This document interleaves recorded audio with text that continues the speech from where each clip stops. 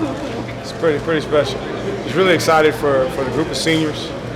You got to think back to, and we were reminded this week that it was the 2014 team, that basically said we'd had enough and we're going to flip the tides in this rivalry. And that's just kind of has set the standard for us. And these guys have embraced that standard, understand what it means to the state, to our fan base, and really just happy for our seniors, all of our players, but more importantly our fan base.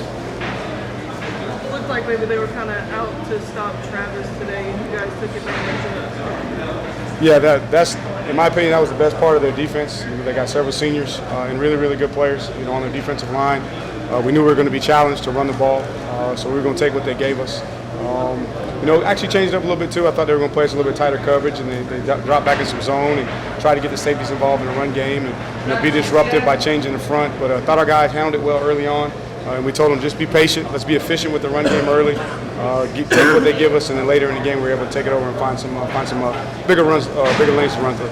Tony, what did you think of Trevor Lawrence, just the way he dissected the defenses today? Really proud of him because early on, he was amped up. You could tell, threw a couple balls high, and then he settled in. I think he had 18 completions in a row, and just really wasn't going to be denied.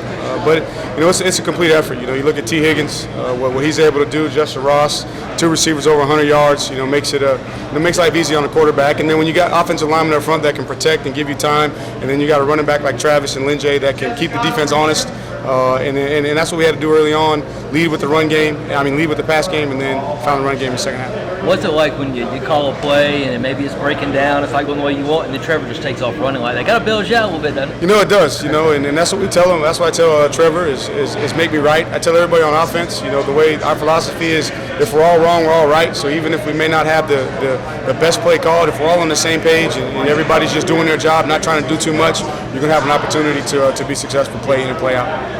About the job the offensive line did today? I'm really proud of them. The only thing that you'd like to see happen is that first drive that we score a touchdown down inside the 5-yard line with 4 plays to get it.